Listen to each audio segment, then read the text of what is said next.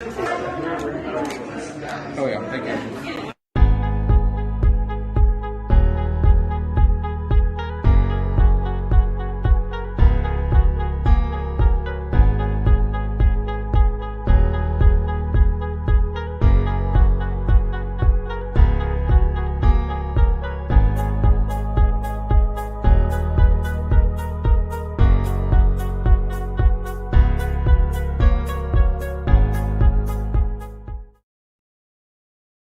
It's showtime. It's the pre-party with J. Cal. We are professional wrestling.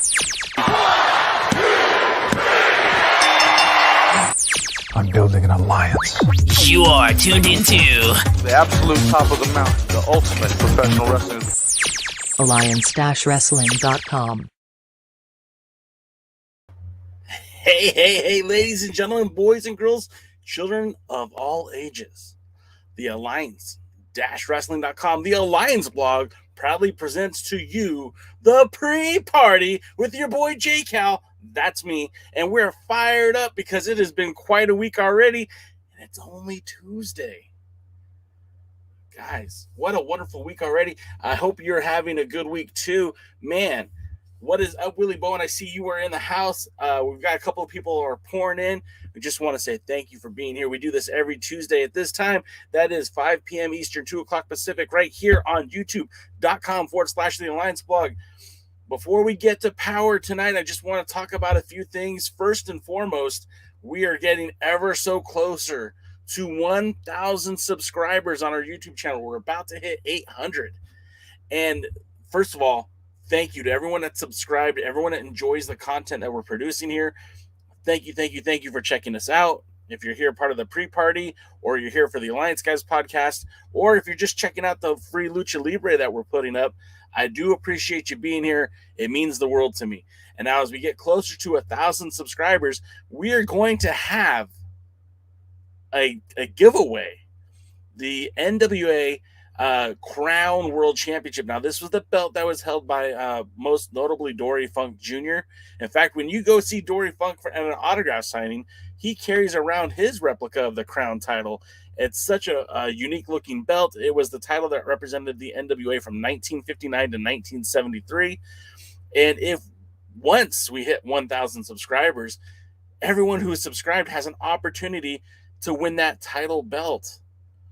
There's no entry fee. There's no sign up for it. You hit subscribe and you're in the contest. And again, thank you to our friends over at NWA Gold, specifically Tim, for helping us out with that. And we're getting close, guys. 200 subscribers away. You can make it happen by sharing this content if you enjoy it. And of course, if you do like this video, if this is the first time you've watched this show, hey, give us a thumbs up, like the account, help us grow. And if this is you've been a regular here and you enjoy the content, share it on Facebook, share it on Twitter, share it on Instagram. That's how we'll grow this community together. I do want to say what's up to Willie, Bobby, Petito's back in the house, Pro Wrestling Zone podcast, my very good friend Rick Del Santo, Lamb's here. Thanks everyone for being a part of the show today. I do appreciate you guys being here. Now, first and foremost, I'm kind of on a high from last night, because I got to go to a New Japan Strong show. Now, this was my first New Japan Strong event that I've been able to get to. Of course, they were doing TV tapings in Port Hueneme during the middle of the pandemic, so there was little to no access to those shows. They did film a few shows at the Thunder Studios, where the initial Primetime Live was filmed at. And then, of course, they've been touring the country, man. They've been actually going around the world touring the country. I say going around the world. I literally meant going around the country. And this tournament is not just locally in Southern California, but they're going to be in Florida. They're going to be in they were in Philadelphia not too long ago. They're going to be back here in Los Angeles next month. Then they're going to be in Seattle, Washington.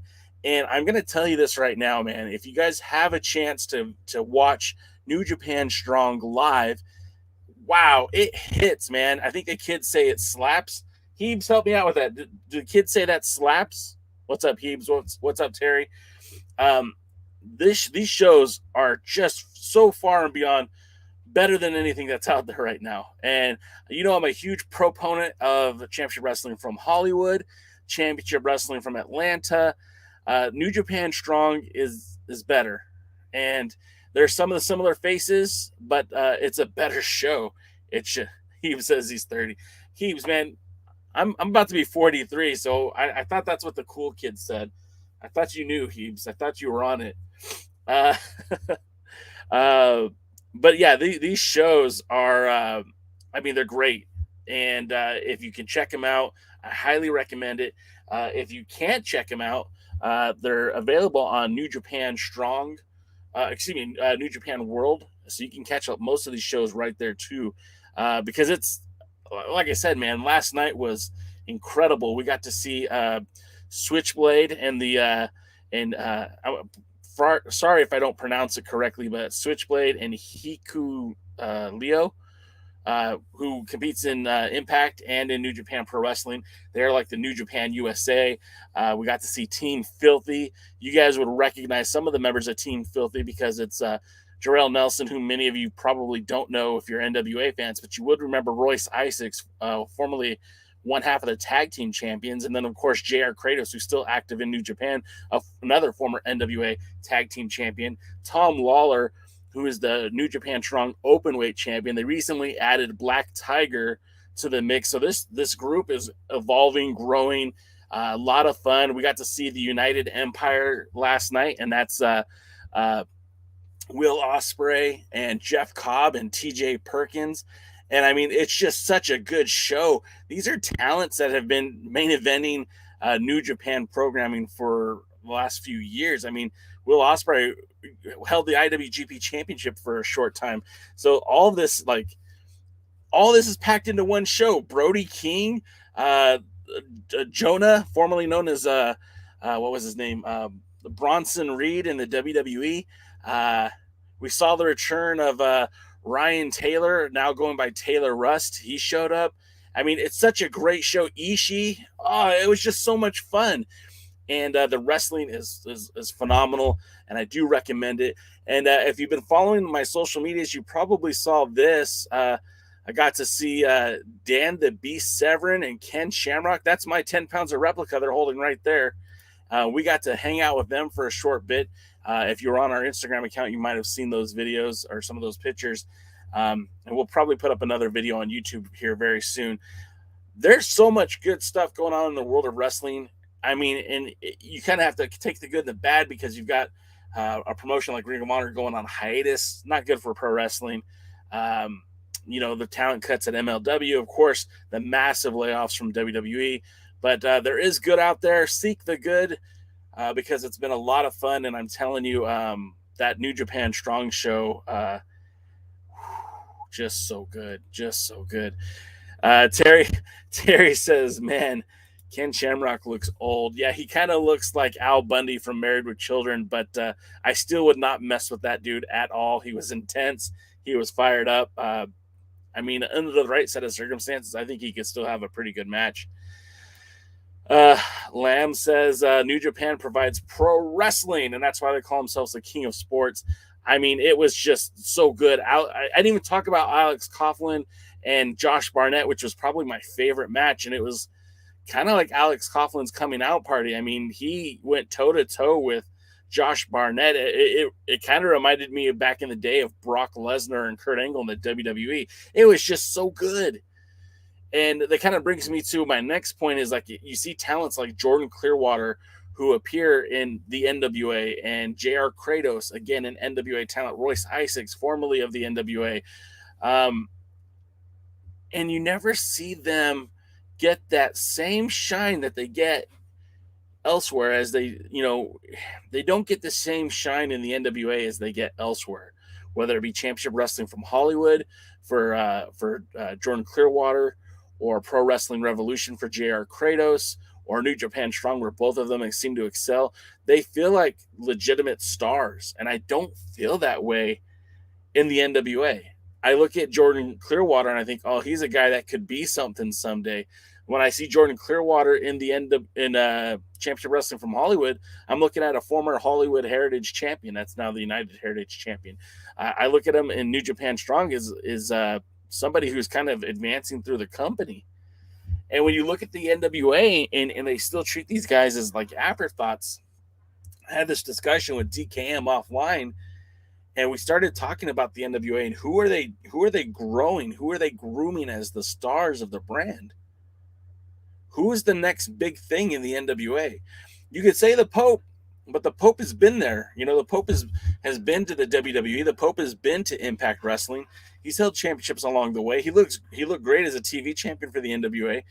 Tom Latimer is a guy that had exposure and impact. Of course, Nick Aldis, made his name outside of the NWA as Magnus. Trevor Murdoch also, established his name outside of the NWA with the WWE as a tag team champion. So you look at all these guys who are kind of being showcased in the NWA. Chris Adonis is your national champion. His fame came elsewhere. But who is the homegrown talent in the NWA? Who are they shining up? Mims is looking great, and Mims might be the one guy that I can think of, but he's still like, he's not really in a title picture anywhere, right? I mean, like, who's his next opponent? Like, what feud is he in? When you analyze and start trying to think about these shows analytically, first of all, don't do that. You're going to give yourself a headache. But secondly, like, you start looking at some of these matches that they did in the last year, and you're like, doesn't really make sense. I mean, the main story arcs of the last season of the NWA was Nick Aldis and Strictly Business, how they kind of imploded and fell apart. The tag team tournament, which we're going to get to the finals to today. The TV title development between Tyrus and Scion, and how they went from being in a similar stable to now at ends. Camille and Melina, and then like Kiera Hogan and Mickie James. Like, where is the other like rivalries? I mean, I guess you could say to a lesser extent James Storm and Judas, but that's not even over a title. It's over a number one contendership. And in the meanwhile, Chris Masters doesn't even have an opponent for the pay-per-view yet. So it just kind of baffles my mind where you see these stars excelling and shining in other wrestling promotions, but then when you get to the NWA, it seems like they're not really being put up to be stars. So I don't know. What do you guys think about that? I'm going to start going through some of your comments. I don't normally like to leave you guys on the hook that long, but just some of that stuff has been on my mind. So I just wanted to see what you guys thought. Rick is saying he would like to go to a show of theirs, meaning New Japan Strong. Rick, if they ever come out towards your way, definitely do it. You won't regret it. And then Lamb wants you guys to also subscribe to the Pro Wrestling Zone podcast. Real quick, I want to tell you a little bit about my pal Rick, Pro Wrestling Zone podcast. He covers pretty much everything in the Northeast in terms of pro wrestling, but he also covers the major wrestling companies like the WWE and AEW. What I find really appealing to what Rick does is when he does his takes on the NWA. Rick, a lot like me, is a longtime fan. He, unlike me, is a big fan of Nick Aldis, but, Rick is just as passionate as I am. He's kind of like the East Coast version of me. If you guys haven't subscribed to his channel yet, please do so. I'll take that as a personal favor because Rick Del Santo is my guy. He's my boy.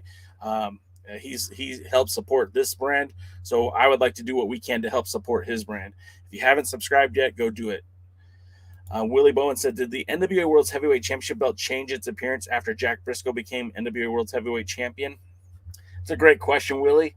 I'm not entirely sure. I know that the belt that was presented to Harley Race was that red suede belt with the 10 pounds of gold. That was the first initial 10 pounds of gold that transitioned from the belt that Dory Funk Jr. and Gene Kaninsky held. So I don't know if that answered your question, but that's what I know. Bobby Petito says, last Sunday I watched Championship Wrestling in Atlanta, and so far Marina Sharif has been impressed. She's a very good talent, and he liked her match against Brooke Havoc. Yeah, I mean, from what I've seen of her, she looks to be very dominant. I don't know how long she's going to be regimented to the United Wrestling Network, but take advantage of it while we can. She looks great. We already said that, Lamb. Thank you, though. That's a great comment. Sean Mega's in the house. Willie Bowen says, when will we see new matches from Championship Wrestling from Hollywood? I think they already are putting up the new matches. I know Lamb could answer that question. But yeah, I think they already are. I know I was at the taping back in October. The tapings that they did in October at the Commerce Casino. And it was, again, that show hit pretty hard too. Lamb said, selected Josh Barnett's Bloodsport matches. They're also on New Japan World 2. That's awesome.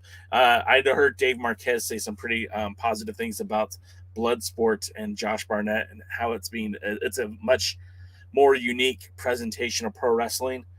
And he's absolutely right. Willie Bowen brings up Slice Boogie, and I didn't mean to leave Boogie out. Of course, Boogie is a star. I mean, he's teaming with our boy Danny Limelight at both in United Wrestling Network as the Bodega, but then also in MLW as 5150 under Conan's leadership.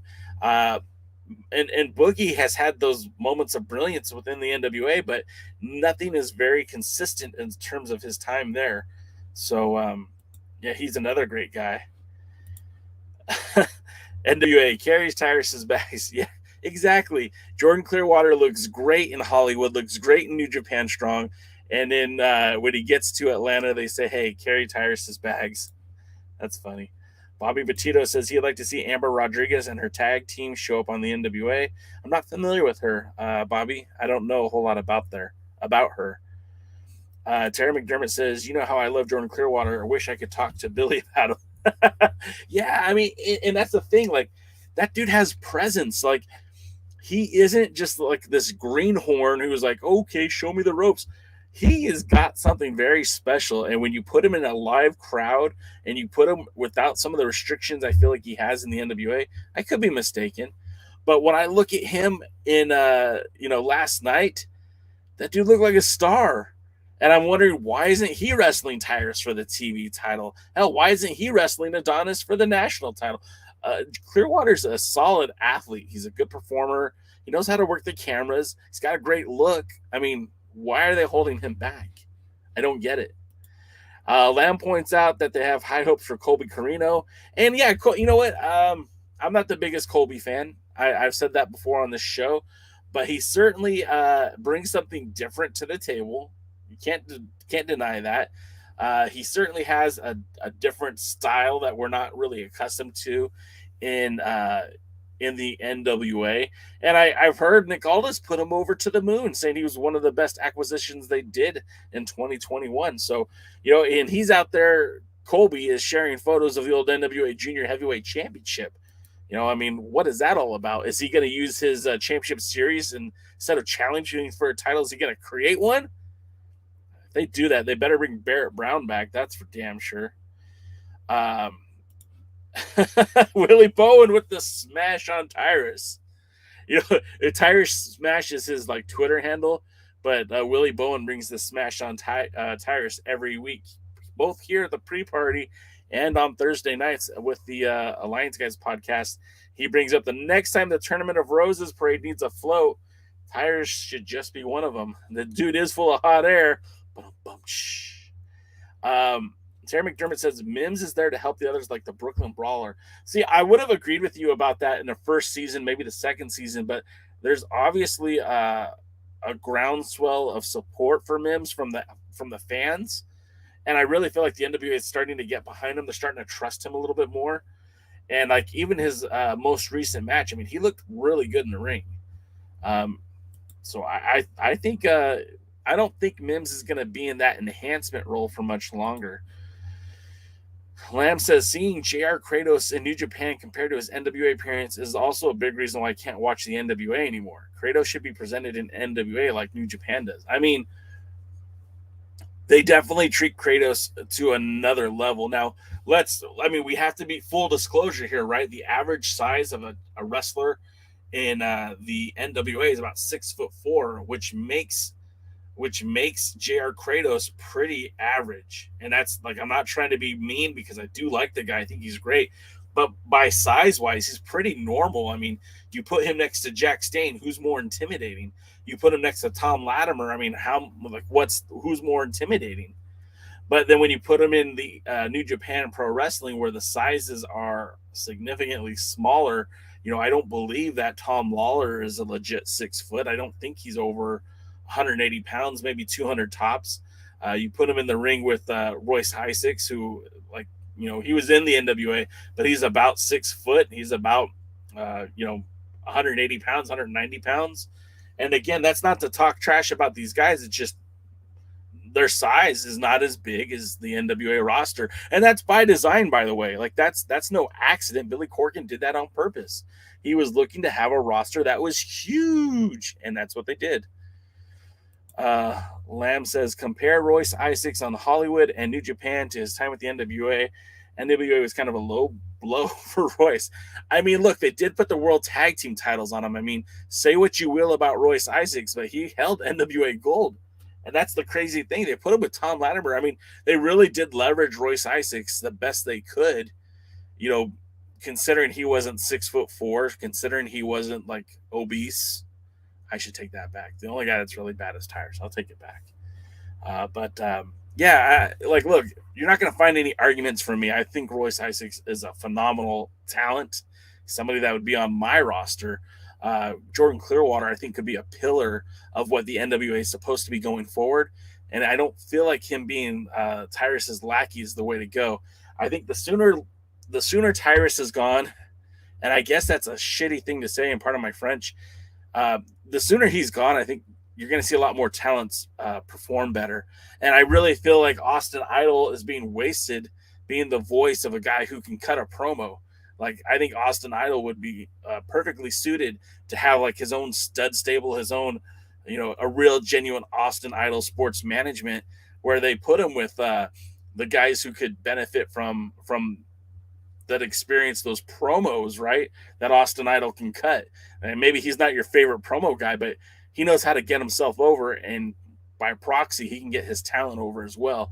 So if you put him with Jordan Clearwater, if you put him with Rush Freeman, if you put him with, Jaden Rowland, or you put him with Jamie Stanley, I really feel like he could help that roster get over.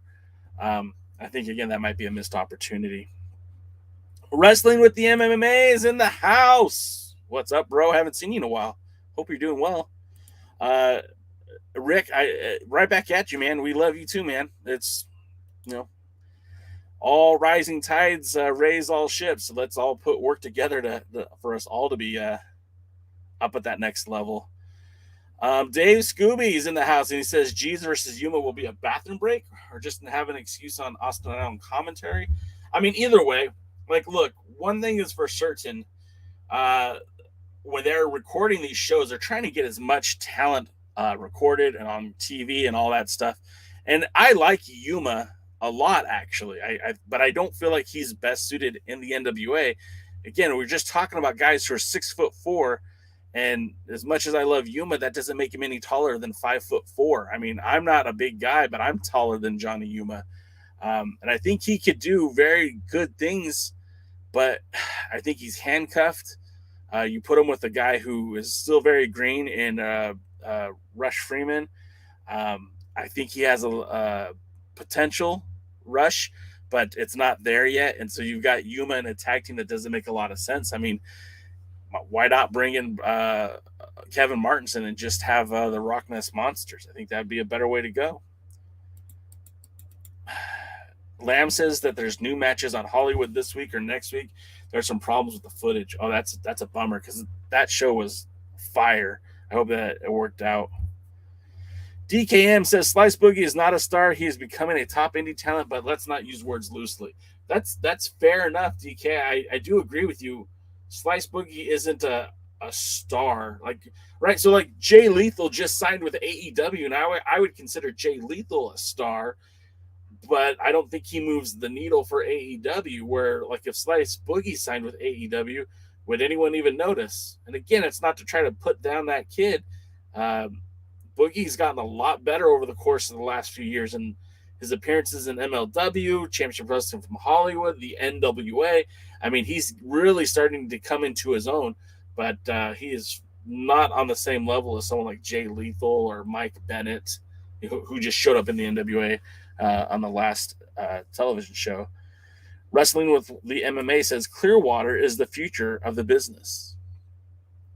Clearwater's he's gifted. Like I said, he checks a lot of boxes for a lot of wrestling promotions. Bobby Vegeta says Amber Rodriguez and her tag team partner wrestle for Championship Wrestling from Memphis. Okay. I'm still kind of I try to watch Memphis when I can. It's not a huge priority for me, just because I'm already trying to watch so much. But I think wrestling. I think Memphis is getting better. It's just still not there yet. Heap says, just looking through Slice Boogie's socials and not too many recent NWA posts besides his match tonight. He could be finishing up with the NWA very soon. That wouldn't surprise me, and not for any like bad reason. It's just he's got opportunities, you know.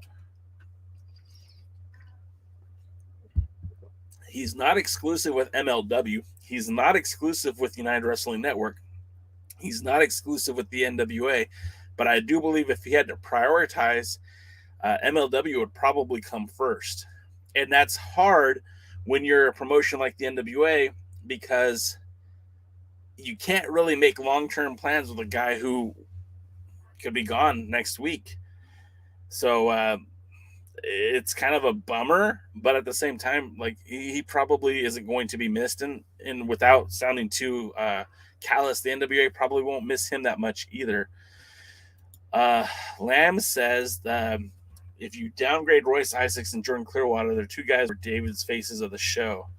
I mean, that's true too. And I don't know if that was done intentional or not. I don't think it was. If I remember correctly, Nick Aldis, who wrestled Jordan Clearwater on the night before the first episode of Primetime Live, it was a dress rehearsal. They ended up using the dark match on an NWA program. I think it was Shockwave. Anyway, I heard Aldis was very big on Clearwater, and I think that's part of the reason why he got his opportunity the way he did. Willie Bowen says, my question is, where's Watts? I mean, that's a great question, and I don't have the link to it here, but after this show is over, Willie, after you watch NWA Power and you check out the post show with our buddy Gary Horn and Rob Stinson and Will Martin over there on the NWA YouTube channel, look up Raising the Bar Wrestling. Not bar wrestling, Raising the Bar Wrestling. And I know Watts was on their last show, and I believe they put the entire event up on YouTube. So if you're really fixing for your Watts, that's where you might go to see it. Bobby Batito says he'd like to see more of Alexia Graciana on the NWA. I mean, I would too. She was great. I really felt like again, when we talk about having a women's pay-per-view, and then this potential, like we haven't even gotten to it yet, but the new NWA TV show, there's a lot of speculation what it could be. If it's a greater emphasis on women's wrestling, man, there's so many good women out there. None of them have been tied to the NWA in some time. Alexia Graciana, who I think was in Ring of Honor for before they announced their hiatus, would be a perfect addition back into the NWA if that's something that's going to happen. Terry McDermott says Slice Boogie changed his attire now. He needs to shorten his name to simply Slice. I mean, you're onto something. Slice Boogie is not a name I think that will go down the annals of pro wrestling history, but it's here to serve a purpose, so it's there. I see Pipe Picasso's in the house, and I haven't seen Pipe in a while, so thanks for being here, man. He said that we may be getting Victor Benjamin at the Atlanta taping with Lady Frost. I think both of those are a great thing. I was a little worried because Frost apparently signed a deal with Impact, so I was concerned that maybe she wouldn't be back. And I'll be honest, I think she's the best pure athlete that's in the NWA right now. I think she's the most polished. I think she is the it performer in the NWA right now. And bringing in Victor Benjamin, the Savage Gentleman, I think he'd be great addition to the roster. And I mean, if that keeps Lady Frost on board, I say do it, because I I really feel like she's underrated as a talent. Rosville's in the house. Well, what's up, Rosville? Thanks for being here, man. Terry says, I've always say if you put Ric Flair and Bob Backlund in a blender, you have Jordan Clearwater. Yeah, I mean you're not far off. I don't look. I'm not gonna say that Clearwater's anywhere near Ric Flair's league. I'm just not. But he's super talented, and if given the right circumstances, I think he could be a big star for the NWA. And he had some. He was training with MMA fighter. I know that Lamb would know who I'm talking about. Bulletproof. I can't think of his name right now. Anyways, he really got his game into another level. Like he's in Hollywood. Anyways, I mean, I see him doing more MMA style wrestling, grappling, if you will, and New Japan Strong. You kind of see that too. He is a lot more talented than what NWA is kind of letting him be seen as. So who knows? Maybe when the time comes, maybe if Sion defeats Tyrus to win the TV title, maybe Clearwater goes after that, and that's a feud that could really help elevate both talents. And Rick is like me. He likes Idol on commentary. My problem with the commentary goes, you have Velvet Sky, who, look, she's still not where she should be, but she's getting better, I think. You put her with Idol, and then the wheels fall off. I think if you had Idol and Galley on commentary, I think you have something really, really special there. But then the problem comes with, what do you do with Velvet Sky? A couple weeks ago, our buddy Terry suggested maybe making her like an executive, like a leadership role on the program, making maybe her a figurehead, the president or the manager or something of the NWA. And I don't think that's a bad idea at all. I mean, you don't need another female to do interviews. You've got May for that. And if you're going to take her out of commentary, I think the best way to do that would to put her in a leadership role on television. How you do that, I'm not exactly sure. Ida was making social media posts about Jade and Roller, so perhaps something will happen there. Yeah, I mean, they even acknowledged, he said, there's only one heartthrob here in the NWA, and that's the universal heartthrob. And I just thought that was funny because Jaden was going by Heartthrob Jaden until recently changed his name to Jaden Roller. So I guess that clears up the confusion. But Roswell says, I like how Idol didn't acknowledge the term got over on the air. He said, what does that even mean? And I respected that. Absolutely. It's funny because I'm a fan of the Busted Open. I particularly like the segments that Bully Ray, Bubba Dudley, whatever you want to call him, when he's on, a lot of what he says resonates with how I think and how I feel. And I feel like he would be a good mind for the NWA to be a part of. But his girl is Velvet Sky. And one thing that Bully will say on the radio show that does kind of expose some of the business is you get over. Sometimes you don't go over, but you get over. And I when Velvet said that, I mean, I could hear Bully kind of saying that on the show, but the difference is there's a show that talks about wrestling, and then there's a show that is wrestling. And I don't think Velvet should have said that. I don't think it went over well. And if you had better censors, I mean, a lot of things would have been better for this company, but it is what it is. He says that he thinks that Graciana signed with WOW. I mean, that makes sense too, right? WOW has a lot of opportunity here. I hope that, and I've tweeted this, I'm sure you guys have seen it, that Jeannie Best better be paying attention to some of these releases, because I'm telling you, there's so much good talent, not just the WWE, but Ring of Honor too. There's so many good talents that are available. It'd be interesting to see how that goes. Wow, Lamb just pulled this one out. Wow. Maybe Billy should bring Ryback in. He fits the Billy Corgan NWA mold. I mean, wow. I don't like it, but you're not far from the truth. I mean, you're not far, man. You kind of shook me up there, Lamb. I don't like it.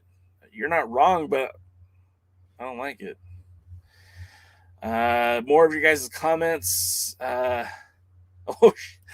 Pipe Picasso said, all this is a snake in the grass, and I'm not buying this face shirt. I'm going to Cornell. You're going where? I'm going to Cornell Law. Like guitar or something. Okay. That interruption brought to you by my wife, who I think might have had too much to drink already. It's only 2:30. Quit being a lush. Now I'm going to sleep on the couch, guys. I'm going to sleep on the couch. Anyways, so yeah, all this is a snake in the grass, and you're not buying that face churn. I just shoved a real life middle finger up their asses. Check that email. Okay. Going to Cornell Law, baby. All right. So that's my wife talking about business. Anyways, let's see. More of your comments. Terry says, honestly, the NWA at the moment is a lot like AAA ball, but that may change. Yeah, and I don't think that's necessarily a bad thing to say either, right? Because wrestling has every facet of wrestling. There's a beginning, a middle, and an end, right? Before you can get to the WWE, you have to get noticed. Whether, like, I say WWE, I mean the big times. I mean AEW, I mean WWE, I mean New Japan Pro Wrestling. In order to get recognized, you have to be phenomenal, right? Like Rick Steiner's kid. He wasn't a well-established pro wrestler when he got signed by WWE for NXT, but what he was is a phenomenal athlete, and they knew that could translate well into pro wrestling. Same thing with Brock Lesnar. I mean, when they signed him, he'd never wrestled a match before, or a pro wrestling match, I should say. He was a collegiate wrestler. And the WWE has a way of turning phenomenal athletes, gifted athletes, into pro wrestlers. AEW has been doing it almost the opposite. They're looking for the best pro wrestlers and have been acquiring them quite frequently, I might add.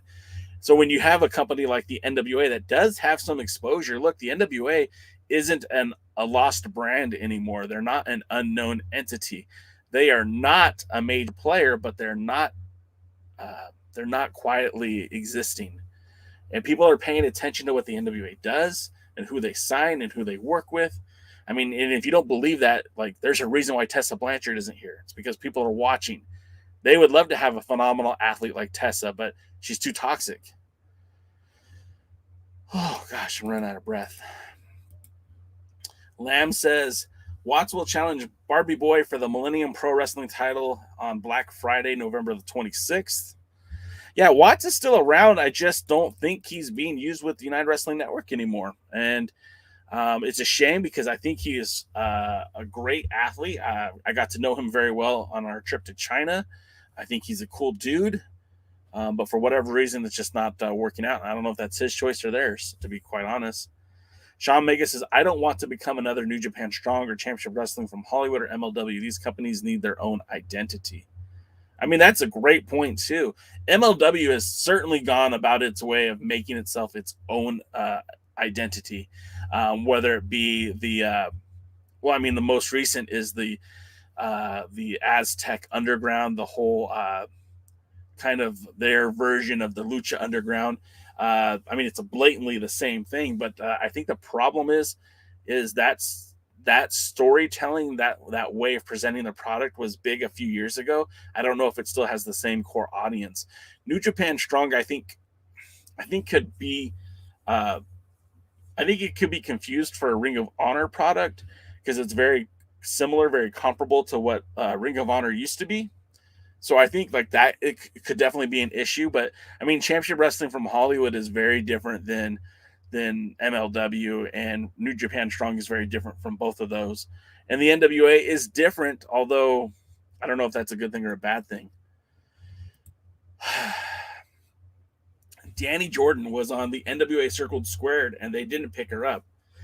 She went to AEW Dark and put her name there, and now she's in Championship Wrestling from Atlanta. She also recently got injured, will be out of action for a while. But I like Danny Jordan, too. I think she had a good gimmick.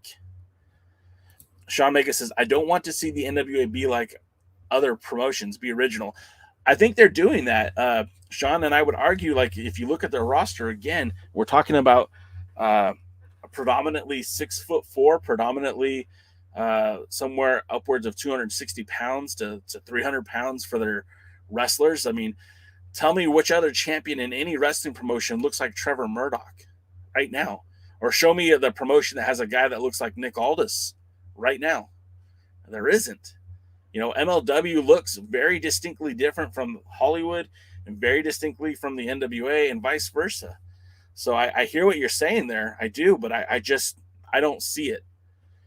Pipe says Mission Pro Wrestling is getting a lot of women recognized. And that's kudos to Thunder Rosa, kudos to Brian Cervantes, and kudos to the women of Mission Pro, because, look, if they weren't putting out a superior product, they wouldn't be getting recognized. And you have to acknowledge that. You have to acknowledge that they're putting on good stuff. Good stuff. Roswell says, I like Clearwater, but Hawx and Carino are part of that We Got Next collective that is building up the NWA as well. I think you mean PJ Hawx. And yes, more of PJ Hawx, please. I think he definitely could be a pillar of the future NWA. I mean, could you imagine what this guy is going to look like when he's in his prime, like 30s? Like, he'll be unbelievably good. He's already really, really, really good now. And then Lamb did correct me. It is Blake Bulletproof Troop. That was Jordan Clearwater's trainer, and that's exactly what I meant. Thank you, Lamb. Willie says, and that just shows you how far behind I am with all your guys' comments. I'm trying to keep up, but it's we're talking today, and I love it. I appreciate it. I do enjoy it. That's what makes this show fun. Willie says he'd like to see Jordan Grace, Jessica Havoc, Viperous on the NWA Power roster. I don't think you're going to see Jordan Grace on the roster. She might make an appearance here and there. She's going to be in Memphis in the upcoming few weeks on their program, Championship Wrestling from Memphis. But I think her priorities right now are defending that media championship for Impact. And then as far as Rosemary and Viperous, Viperous I think is a free agent. I think she's really anywhere. Rosemary and Havoc I think are on the Impact roster as well. I mean, that could always change, but as far as I know, Bobby Batito is bringing out one. He'd like to see Silas Young versus Nick Aldis. That would be a fun matchup for sure. You're going to get some interesting dynamics now with Ring of Honor talent being available. I mean, last night I got to see Jonathan Gresham and Gabriel Kidd at New Japan Strong. And, I saw Jonathan Gresham in Atlanta earlier this year, wrestling against Mike Bennett, but that was kind of a last-minute substitution. That dude is awesome, and he can go. And I know that's not Silas Young or Nick Aldis, but I'm just saying that things are going to get real interesting now that Ring of Honor is precluding itself from promoting future events. Lamb says, or just get Joe Galley and Rob Stinson screaming at each other for 2 days of TV. Yes. No, you know what? It's Rob is great. I like Rob a lot. I dare call him a friend. No, we could say friends. I'd even say a brother, because we share a lot of the same views when it comes to pro wrestling. Our really the only big difference is his love, or his former love, of Nick Aldis, and my lack of love for Nick Aldis. But yeah, that'll be interesting. Pipe Picasso says Idol and Skye are great. They just need to tone it down a little. I mean, you're the first person I've heard say that, and maybe that's all it would need. I just know that the couple times Joe Galley had to kind of wrangle him back in, and it just felt very forced and very unfortunate that their bickering kind of went over some important matches. DKM says, I'm not really into the general managers or whatever for former wrestlers. I find it normally works as well as it does in WWE. I mean, that's a good point too. I don't know how Velvet Sky could fit in the equation outside of the announce booth. I think if you make her a manager, I mean, then it's kind of like the Taryn Terrell situation. If you put her with the male wrestler, I mean, it could work, but then it's just kind of weird. I don't know. I'm not against any idea to change the announce booth and to keep Velvet Sky around, because I think she does have value. I think she could bring something to the table. I just don't know that it's at the announce booth. And like I said, if you take Austin Idol out, she's okay, but she's still just she's not a seasoned veteran just yet. I guess that's the nicest way I can say it. Bobby Batito says he'd like to see Silas Young and Jax Dane. Again, another solid matchup, but why do you want to see Silas Young get beat up so bad? Because Jax Dane will take him to the tool shed and whoop him real good. Willie Bowen says Ryback would be great for NWA Power. Wow, that's kind of a surprising take, Willie. I'm surprised you're okay with Ryback, but look, the dude looks like $1 million, and I don't hate it, but I don't like it either. Ryback to the NWA is kind of like Tyrus, we don't need to like the dude to like his contributions to the show. I mean, that's a great point, Heebs. You just nailed it right there. Lamb says Tyrus and Ryback for the tag titles. I mean, moving on. Bobby Batito says, I'd like to see Ruby Reyes versus Genocide or Camille. Same. I got to see Ruby Reyes versus Lindsay Snow back during Primetime Live. And although the match kind of had a weird feeling towards the end of it, I like both of those ladies, and I think both of them would be great in the NWA. I just don't know if that's what they're currently pursuing. Rosville says the MLW Lucha Underground take isn't the same production. It doesn't look as crisp as Lucha Underground. I guess I could do that too. You guys can read it yourselves. Bobby Batito says he'd like to see Trevor Murdoch versus Jackson. Now you're talking, man. That's the match that should, if I was booking, that would be the match I would be headlining Hard Times 2, but we're not there yet. Our pal Rick says one thing I see too much in the NWA is multi-way matches, 2, 3. Gets tiring to see. Again, I 100% agree with that, Rick. It's funny because Billy Corgan is kind of admitted to being a fan of the older style of wrestling, and he would talk about pro wrestling in the Chicago area.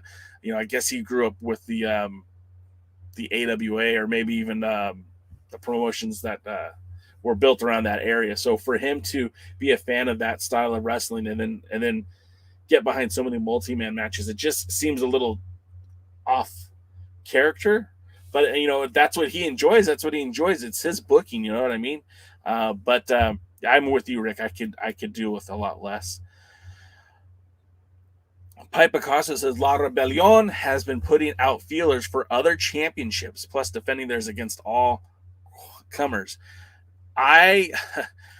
So I sit here and I brag about how much wrestling I've seen this year, and it's way more than I have in any other year. I love pro wrestling. I have for a long time. I've gotten to see a lot of wrestling this year, probably more than I should. And I'm stalling here because I'm looking for the link that you guys, if you would like to see La Rebellion in action, and if you haven't seen it on the YouTube page yet, here's a link to it, and that would be La Rebellion and a 4-way tag at the Crash show in Tijuana just 11 days ago. They won the Crash tag team titles. That makes them champs. They got 2 sets of belts, and we live in a world now, right? So if MLW is working this relationship with the Crash Lucha Libre, and you have the Crash tag team champions, who are La Rebelion, face the MLW tag team champions, who are 5150, essentially what you're seeing is the Crash United Wrestling Network tag team champions versus the MLW NWA tag team champions. And I kind of wish they would do that. I kind of wish they would pull that trigger. And look, no titles are going to change hands, but how amazing would that be to have a tag team, either La Rebelion or the Bodega, with like 6 sets of tag titles or 4 sets of tag titles? I mean, it's pretty incredible.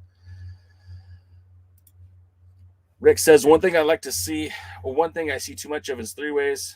Yeah, we got to that one. Pipe agrees with you there, Rick. Willie says he likes to see OBD. Did I say that right? ODB back in the NWA versus Camille. Erlinda Elaine Martinez, welcome to the show. She said Rob is awesome. I agree. I like Rob a lot. I like all those guys. It's kind of funny. I've never had a job with the NWA. I was never under their employment. I didn't really work specifically for them, but in a lot of ways, I know exactly how it feels to be Gary right now, how it feels to be Will, and how it feels to be Dr. Stinson, with some of the stuff that they hear that they can't talk about, some of the stuff they know that they have to keep mum's the word. So I know kind of how it is to be like those guys. I did that about 10 years ago. Bobby Petito says he'd like to see Jamie Senegal get another opportunity to wrestle for the NWA. I mean, I would like to see Pollo Del Mar kind of bring in her own entourage of tag team, men's tag team and women's wrestlers. I think that they could really have quite a following to the NWA, and I think it'd be just when we talk about inclusion in professional sports, like this would be it. So I mean, it does one part of it, but I mean, Pollo Del Mar, she's been a part of these chats a couple of times. Super knowledgeable about pro wrestling, definitely respects the business. So when she gets behind someone like Jamie Senegal or the tag team that she currently manages, you could really believe what they're saying and what they think. Bobby Petito says he wants to see more Apollo Blaze. Pipe says that if the NWA does a golf tournament, this guy can make the call on it because she's so quiet. That's funny. I got that. Willie Bowen says that he wished that Eli Drake would come back to Power. I mean, I don't think that's going to happen.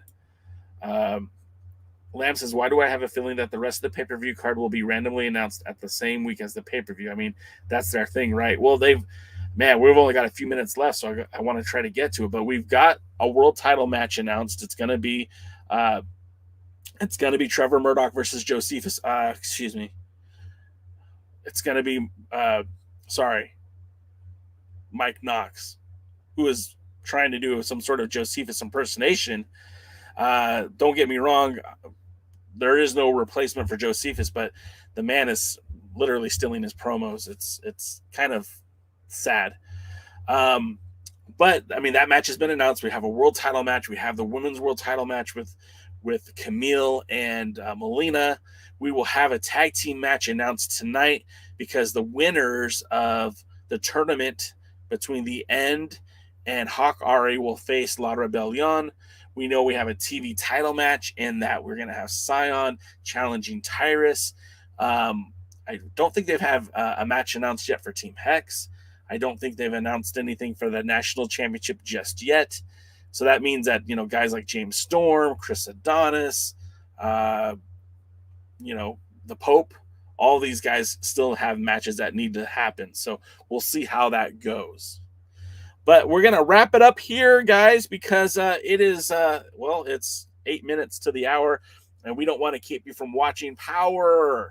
So we'll wrap it up, but I do want to say, again, thank you guys so much for being a part of the show every week, every Tuesday here, 5 p.m. Eastern, 2 o'clock Pacific.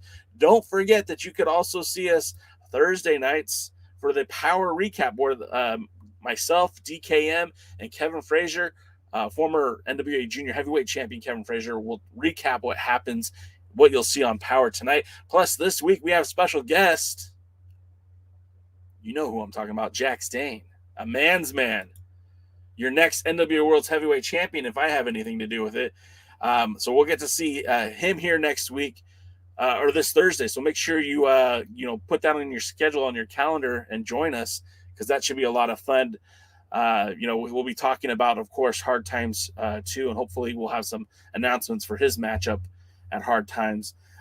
Also, if you really did like this podcast, if you thought this was good, please hit that thumbs up button, because it helps us grow this audience. It helps the YouTube algorithm, and we're trying to get to 1,000 subscribers. We're at 799 right now as we speak.